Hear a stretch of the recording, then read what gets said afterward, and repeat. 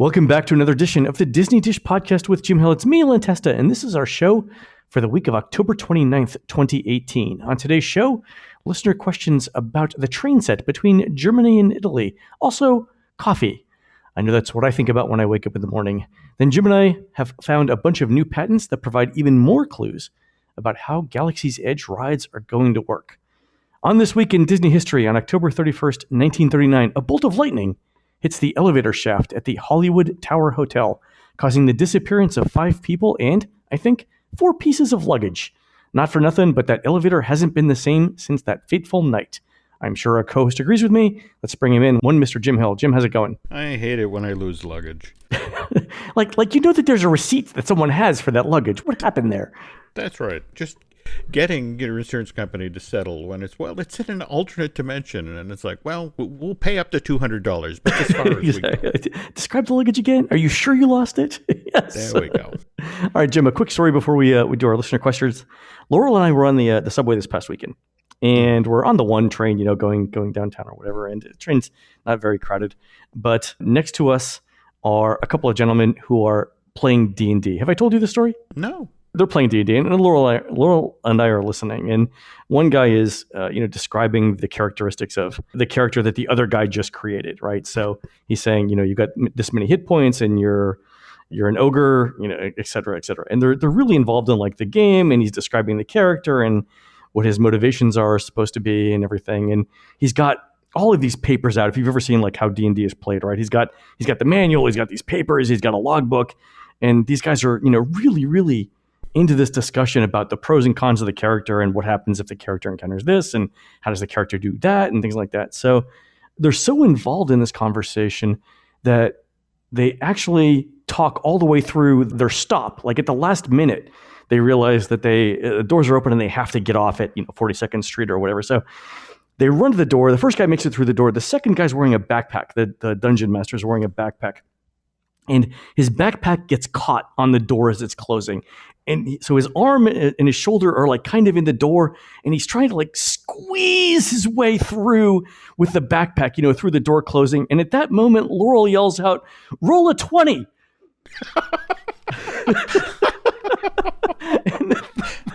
The only thing that I wish was that there were more people on that train that would have heard that particular comment, because I think it's the funniest thing I've ever heard. It was classic. Wow.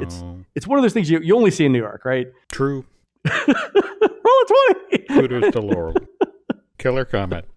All right. Anyway, on to listener questions. This one comes from Jeff. It says, "Hi, Jim and Len. My 3-year-old son is obsessed with the train set between Germany and Italy in World Showcase. Can you tell the story of how this train set appeared in Epcot?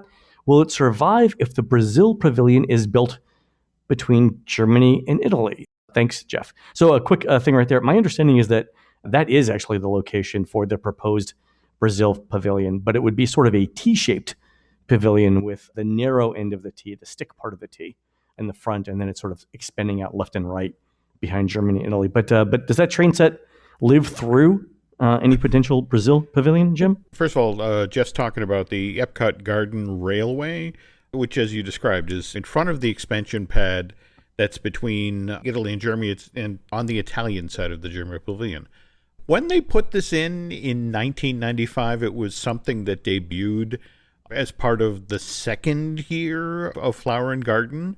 They told the folks at Germany, look, don't get used to this, all right? Because back in 89, they released the plans for the Swiss Pavilion, which again was supposed to be built between Italy and Germany. And it's like, as soon as we get a Swiss corporation to fund the construction of the Walt Disney World version of Matterhorn Mountain, this thing has to move. And right. The plan was to just shift it to, I want to say, the east side, which is the side of the German Pavilion that's close to China.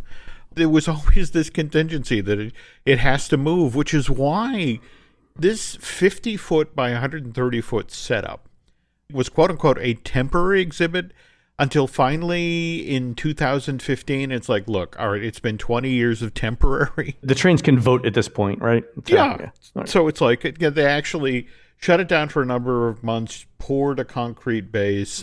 Now it's permanent until, of course, something else comes in here. So this thing's lived so long that the company that originally made the trains, and I want to get this name right, it's Lehman Grossbahn, which basically in the original German stands for Lehman's Big Train. These G-scale train cars, I think the company's gone into bankruptcy twice at this point. So the trains themselves have circled the Earth 17 times, So it's actually kind of tough now to keep this up and running. I mean, those of you who remember this setup in the 90s, I mean, there were 4 separate large trains rolling through this. There was a coal train, you could watch a trolley, and it always had this wonderful, elaborate setup. And, there's a castle and a cathedral with Gothic spires and that sort of thing. The initial conceit of this, Len, are you familiar with the Romantic Road in Germany? It's this route that goes through southern Germany that German travel agents put together in the late 50s, but it's some of the most scenic countryside in Germany. And so the thinking was, well, let's do that here. But that's what it's supposedly do. It's a miniature version of the Romantic Road. Oh, okay. I haven't been to Germany yet. It's one of the countries that Laurel and I are supposed to go together to check off our Epcot World Showcase list. As time has gone by, this setup has taken a beating, and one of the reasons that happens is because if you think food and wine, if you think flower and garden, and now the beverage component, all that, there's a lot of people at Epcot who are, what's the polite way to put this, overserved? It's very diplomatic of you, James. Yes. And so they're the ones who are hoisting their children over the barrier. Little toddler-sized Godzillas standing there in the Bavarian village. Or they're the ones who are whipping coins at the trains. And it's one thing to put a penny on a railroad track and let it get flattened by a full-size train. You do it here and you can literally derail the train. Right. If you're ever in Epcot as Illuminations, going away in, summer or late summer, early fall, 2019. Some night when that show's going on, instead of facing into World Showcase Lagoon, watching the fireworks, if you're ever by Germany, turn around. Because what happens is, as that's going on, door opens up, cast member comes out with a little mobile cart, steps over the railing, gathers up the trains, and then takes them backstage, where they are lovingly tended to and repaired to keep them going. Do the trains have understudies? Like they're replacement trains if one of them isn't able to fulfill its duties? The train equivalent of Miss Congeniality? Exactly. The train number. I'm sure there's got to be, right? There got to be spares. Given what's been going on with LGB, my understanding is there's one dedicated Disney employee who every month or so goes on eBay looking for replacement cars. There's a guy in Germany in an alleyway, going up to middle-aged men going, got any trains for sale? To answer Jeff's question, yes, if Brazil does indeed happen, there's a contingency plan to move this setup to the other side of the German pavilion. And I know for a lot of folks, this is a favorite thing. In fact, what's so funny, a lot of people talk about how they'll watch the videos of the train setup on YouTube, and they'll actually, I feel my blood pressure lowering just watching. This is the equivalent of a slow TV, right? There you go. It's on YouTube, right? Yeah, in fact, there's one, Disney has done kind of an interesting bend on it. They put a teeny tiny camera on one of the trains, and so you get a minute, a train's eye view of the setup. What would we search for on YouTube to find that particular video? Garden Railroad at Epcot. If you use that term, that video will come up. It is a favorite. Every so often when I'm over there and sort of looking at it, it's Florida, with the little lizards that are everywhere. And every so often it's like, it suddenly takes that 1950s really bad horror film bend when it's like, it's the giant Gila monster the attacking the train. Attacking the cathedral. But anyway, thanks, Jeff, for that question. All right, Jim, another listener question we got was related to the piece that we did a couple shows ago on the history of Starbucks in Disney theme parks. And the question was, before Starbucks, what were the coffee agreements in place at the Disney parks and resorts? And apparently this goes a ways back, doesn't it? It does. Well, I think we mentioned as part of the earlier show that the very first one was Hills Brothers, and they actually had a coffee house on Town Square at Disneyland. They're on Main Street from like 1958 all the way through the winter of 76. But one that's kind of interesting, and in fact had the biggest impact really on the company prior to Starbucks, was the Nestle's deal. Right. Okay. So the question that we got was how in God's name did Nestle end up in the theme parks? Disney cut this particular deal because, in fact, this deal starts in 1992. Starting in 1992 is when the 10-year sponsorship agreements for Epcot are running out. And Kraft Foods could not leave fast enough. They were like, all right, this didn't work. We're not going to renew. And so Disney, desperate to keep somebody as the sponsor of the Land Pavilion, turns around and gets Nestle's. Not only that, they signed Nestle's to a 15-year deal. Wow. Which starts January 1st, 1993. The way this deal works is it's licensing, it's joint marketing, it's tie-in promotions at the parks and all that. But Nestle is a sharper cookie than Kraft was. So Nestle's is like, tell you what, we're going to limit what we'll spend in the parks. We'll only put $2 million a year into Epcot, which explains a lot about sort of the slow change out of that pavilion. Listen with the Land shuts down in 92, comes back, is living with the Land in December of 93. And anybody who remembers that change out, it was like, what? You move the alligator.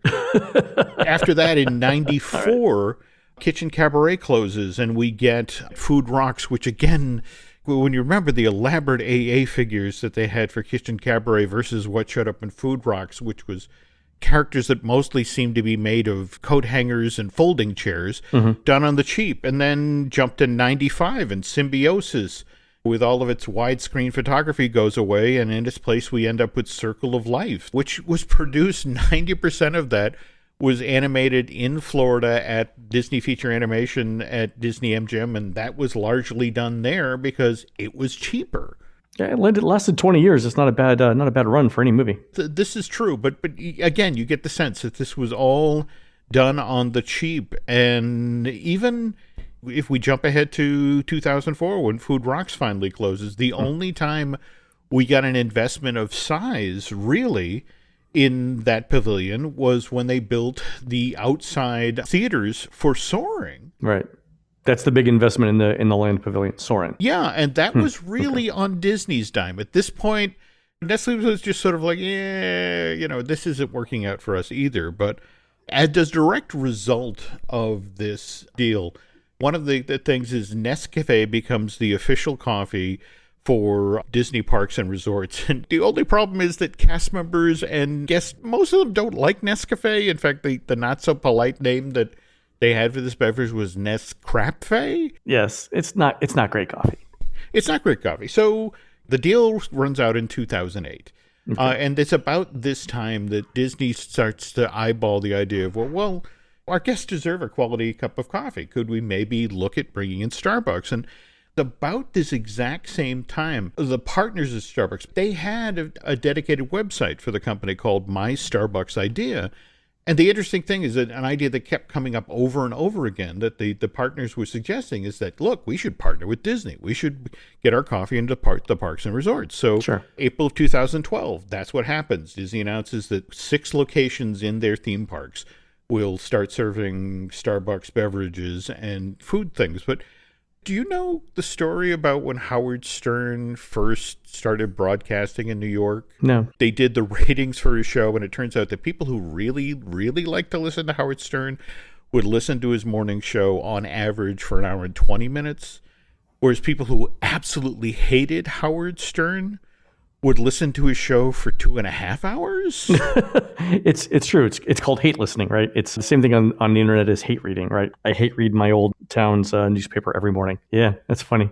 But this is the thing, for as many people who make Starbucks, a cup of Starbucks coffee a part of their daily routine, there's an even larger number of people who just hate the whole concept of Starbucks, hate the whole tall grande venti thing. Right. It's not so much the coffee, but they may not like the coffee, but it's also the culture that goes along with it. Yeah. So here's Disney, just the realization that, we're going to turn off a whole market segment by bringing this in. So we need to have an alternative for them. And at the same time, we haven't had a good relationship with these giant corporations like Kraft and Nestle. So they discovered this company based out of Tampa called Joffrey Coffee and Tea. They've been around since 1984, and they're really dedicated to doing quality blends of coffee.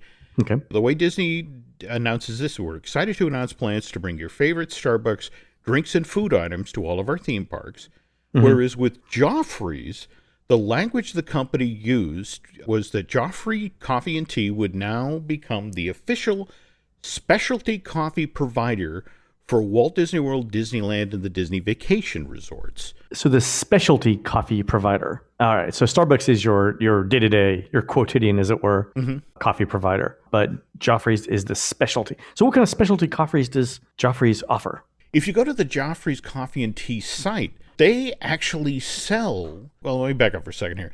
Joffrey's folks sat down with the individual chefs for a lot of the signature restaurants at Walt Disney World and Disney. You know, we're talking things like Yachtman Steakhouse. We're talking about Artist Point. Every one of the really big signature, and came up with a specific blend of coffee. You're right. I'm on the Disney website. There's dozens of these. Yeah, and not only that, but just this year... There's a Trattoria El Forno special blend. But just this year, for Mickey's 90th anniversary, they've created a special blend of coffee. It's supposedly a smooth, medium roasted coffee that's classic and delectable.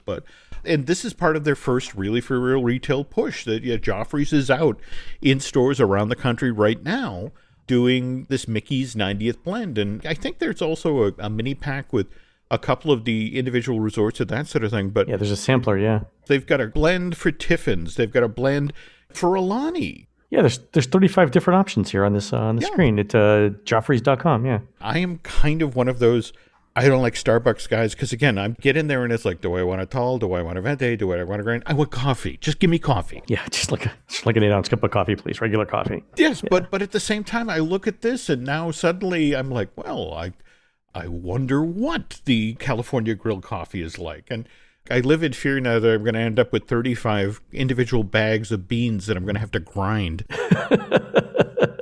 Are they whole beans? Yeah, whole bean. You can buy whole bean French press or ground. Look at that. Joffrey's, you've thought of everything. Specialty blend versus Starbucks, which again serves its beverages and food. I love these special terminology deals that Disney cut so things can exist side by side. Exactly. Yes. Yes. You're my main coffee partner, but we need a specialty coffee provider. Exactly. All right, Jim. All of this talk has made me thirsty. Let's take a quick commercial break. When we get back, we'll talk about some new patents that Disney's filed for what we think are the Galaxy's Edge attractions. All right, folks. We'll be right back. Grab a cup of coffee, and we'll meet you back here in a minute.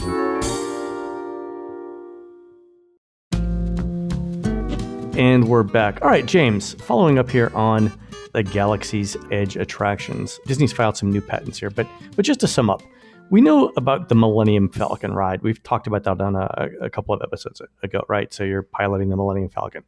We know less about the second ride in Galaxy's Edge, which is supposedly code-named Alcatraz, right? Now, we do know, we're pretty sure anyway, it's a two-part battle escape attraction. We think the first part of this is an actual ride. And my understanding is you're going to be put in a spaceship leaving Batuu, perhaps on a diplomatic mission, like the one that Princess Leia is on at the beginning of the first Star Wars movie, Episode 4.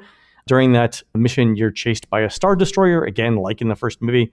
There's a brief fight, and at the end of the first part of this new attraction, you end up captured on a Star Destroyer. We think that's the first part of the ride. Jim, does that comport with what you think is going to happen here? Yeah, I mean, those are basically the story beats. I mean, the conceit is that, if you come in, and we're talking, say, the Grand Avenue entrance by Muppet Vision, you come in there in the middle of the forest, and you have a squadron of X-Fighters that are parked there in the woods. And supposedly they're the ones who talk you up, to the effect of, go over to the ruin there and board the vessel, and we need your help with this mission. And once you actually get up on the Star Destroyer, in fact, they had this model on display at the D23 Expo. It's an 8-passenger, for lack of a better term, golf cart kind of a thing that's driven by a droid. And we've all now seen that footage of that pair of ATAs, the giant armed vehicle that actually turn and threaten to fire on you. All right. So you're on this Star Destroyer. You're captured. Obviously, at the end of the ride, you have to end up back on Batuu somehow. Right. So you have to escape, and you have to find some sort of escape pod or something like that to get back to Batu. That's the idea of the second part of the ride. Now, we know from the patents that Disney's filed, and that we've already talked about, that Disney's planning for this second part of the ride to be an augmented reality experience, right? We think you'll be given helmets with screens on them. We think you'll be given lightsabers, and we think there'll be some sort of hologram or computer graphics technology that shows you the route you need to follow to escape. I think we're all safe on that, right? Mm-hmm. All right. So here's some interesting new patents that Disney's filed that sort of support the same idea. The first one I want to talk about is this thing called a dynamic haptic effects generator. So if you look at this patent, it shows somebody playing a game with holding some sort of controller or, again, a lightsaber. They're wearing a helmet, and then there's a seat nearby. All three of these things are able to generate haptic effects. So, through vibration or buzzing or whatever, to tell you that something's going on. So, for example, the lightsaber might buzz to tell you that somebody's shooting at you and you're blocking it. The helmet might buzz to tell you that somebody's tapping you on the helmet. In the Star Wars virtual reality game at Disney Springs, Secrets of the Empire, you're actually wearing a vest with haptic feedback, and the vest vibrates every time you get shot by one of the stormtroopers. So this patent explains even more, but goes into detail on how the helmet you're wearing will have these effects in it. That seems to be another giveaway that you're going to be wearing some sort of hat-like thing on this ride. Every time they hand you a new thing to wear or handle or that sort of thing, it always makes you a little nervous, because the number of people who come to Walt Disney World whose English is not their primary language. Right. I look at these things and I think exactly the same thing. How long is it going to take to put this stuff on and take it off? And what does that do to ride capacity, right? Yeah. Don't get me wrong, I dearly want to experience this. I just don't want to be behind the 86-year-old grandma that doesn't know how to operate it. What am I talking about? I'm the 59-year-old man who can't operate the remote controls of my own house. You're going to be the person that we don't want to be behind, Jim. There we go. Yeah. No, don't get behind that guy. He can't even operate his iPhone, let alone this. The second one is this thing called virtual reality experience script writing. Mm-hmm. And the idea behind this patent is this. Virtual reality, being a 3D environment with computer-generated things, is different than script writing for two-dimensional things like a movie or a play, so that you need special tools to be able to immerse the script writers in the story as they're imagining things, right? So it's one thing to say, as you're designing a virtual reality story, Jim walks into the room and picks up the lightsaber. He spins it around. But it's another thing to say, this is where Jim's going to be in the room. This is what he's going to see when he spins it around, right? You have to put yourself in the character's perspective to understand what they're going to see when they're in the room. So this patent talks about how to add computer-generated technology as you're writing the script to sort of wireframe how the whole process is going to work. The fact that Disney's working on this tells me that they're writing scripts for virtual reality experiences, right? This isn't the kind of thing that you just think up over lunch on a Sunday. It's the kind of thing that you think up if you're actively doing it every day, right? Yeah. We also have a lot of Marvel stuff that's coming that, frankly... Oh, right. Yeah. This isn't necessarily, an arrow that's going into only one quiver here, Len. We've seen, both in Hong Kong and in Paris, giant Avenger headquarters buildings. It's sort of what we've seen from Tony Stark's, upstate New York compound, where it's entirely possible that, you'll get dropped into a trainer using some of this technology as well. Oh, that reminds me, on the latest version of the Disneyland Paris park map, there are a couple of attractions that are now missing from that map. I think one of them is what's the space disaster? Armageddon? Oh, yes, Armageddon. Armageddon is missing, and I think Rock and Roller Coaster is missing from the 2019 park map. Is that an indication of things to come? I mean, Armageddon should have been like a one summer sort of attraction. Armageddon we know for sure, because there's concept art out there for an Iron Man arc reactor experience. Rock and Roller Coaster, we've heard a number of times now, that both for the stateside park as well as Paris, that the thing of Rock and Roller Coaster is you've got Aerosmith, but beyond that, it's a generic coaster. And that now that Bob Chapek is in charge of Disney Parks and Resorts and immersive experiences and mints that you leave on your pillow, he's very much about all of these rides have to support some sort of IP. If they are, in fact, retrofitting Rock and Roller Coaster to include a Marvel storyline, if you like the Aerosmith version at Disney Hollywood Studios, I would get in a couple of rides, because chances are that means come stateside, that's going to lose Steven Tyler and company fairly shortly as well. Okay, so that's what to expect on that. All right, very good. Back to the patents, Jim. The third one, and I think this one's kind of interesting. Bear with me on the title. It's compact, perspectively correct, occlusion-capable, augmented reality displays. A lot of words there, right? But let's think about how augmented reality systems work. You've got a computer-controlled camera. It's showing you a picture of the world. And along with that picture, the computer's adding things that aren't really there, like cartoon characters. And the way that the computer adds those things is by manipulating the light that's going on the screen and that hits your eyes. So augmented reality works in part by adding light to generate the things that you see. Now, remember, virtual reality is different. In VR, the computer is generating everything. We're not talking about that. But in AR, right, the problem with AR is that it's not good at displaying effects that are black, because black is the absence of light. And so you can't add light to show black. Not for nothing, Jim, but Darth Vader mostly wears black. So in an AR setting, it's really hard to generate Darth Vader. It's also hard, to generate the black empty void of space, or, the heart of former Smith singer Morrissey. Really, really dark things, right? But that's what this patent solves. Like, how do you show black things in augmented reality? And again, going back to the thing that we talked about for the script writing patent, these are super specific patents, right? How do we generate effects that are black in an AR environment? This isn't, again, something that you just think up while lounging around the lunchroom, all right? This is something that you patent because it's got an immediate application to what you're working on, right? Not to belabor the obvious, but think about it. We've got the space restaurant coming up. We've got the Star Wars hotel. Right. We've got so many things that are set in the dark void of space, where the very issue you're talking about here has to be addressed, let alone, again, a major character, not to forget about Kylo Ren, who also has, a somewhat black monochromatic wardrobe. So, no, you're right. I would imagine this one is going to get put into use probably as early as 2019. The last one I want to talk about that's Star Wars related is this thing. It's called incorporating external guests into a virtual reality environment. And here's the basic problem it solves. How like in a virtual reality environment, there are sensors that track where you are in the room and what you're doing, right? But there's a problem when you have lots of people in the room that are moving. It's difficult for the sensors to figure out who's moving where and how, especially if everyone's sort of clumped together. So the way around that is by putting people in different rooms and then making it seem like they're all together. Because if you're in an individual room by yourself, it's much easier to track what you're doing and the motions that you're making. But still, you want to keep everybody together in the VR experience. So you have to figure out a way to keep everybody isolated but make it look like they're together.